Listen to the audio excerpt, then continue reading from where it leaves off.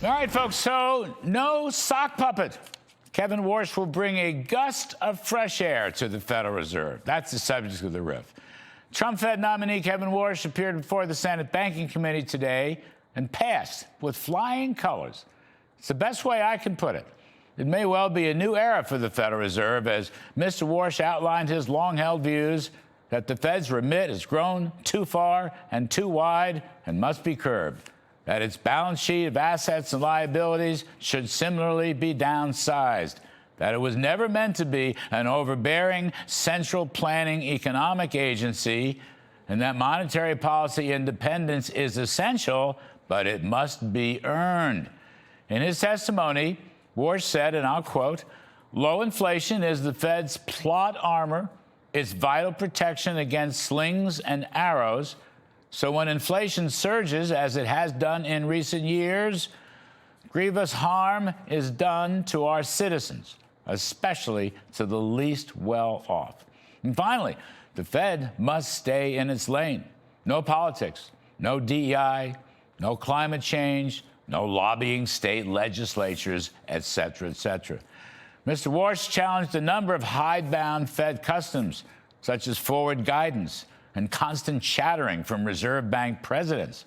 He indicated it's time to look for new economic models, suggested that FOMC meetings could resemble, and I'll quote, a family fight.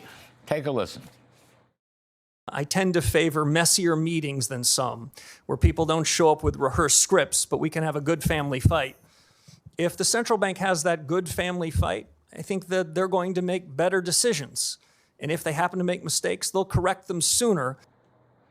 He even challenged inflation indicators, suggesting that median inflation rates or trimmed mean inflation rates, where you chop off the high and low outliers, might be better than the straight-up CPI or PCE deflator. At one point, he mused out loud that it's hard to make monetary policy without ever mentioning money.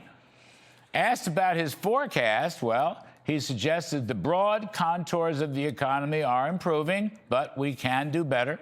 Peak inflation has come down, but it can come lower, and interest rates are a better tool than the central bank balance sheet.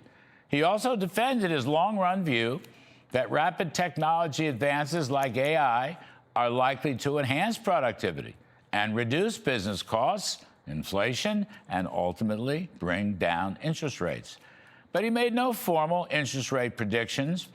And when he was insulted by the far-left Democratic Senator Elizabeth Warren that he was somehow going to be President Trump's sock puppet, whatever that means, he made it clear that in his interview with President Trump never once asked him to commit to a specific interest rate. Take a listen to this key point. The president never once asked me to commit to any particular interest rate decision, period, and nor would I ever agree to do so if he had, but he never did. I'm not surprised. Warren was her usual pain in the neck, holding up the hearing with various gibberish about Mr. Warsh meeting ethics agreements and divesting his own portfolio. Of course, the Wall Street Journal editorial was right on. This hearing is supposed to be about the Fed's balance sheet, not Mr. Warsh's. Even Senator Thom Tillis stood up for Warsh and said he was in complete compliance with ethics arrangements and asset sales. As I have said, Mr. Warsh passed with flying colors. He will bring a much-needed gust of fresh air to the central bank. Now let's get him over the finish line as fast as possible.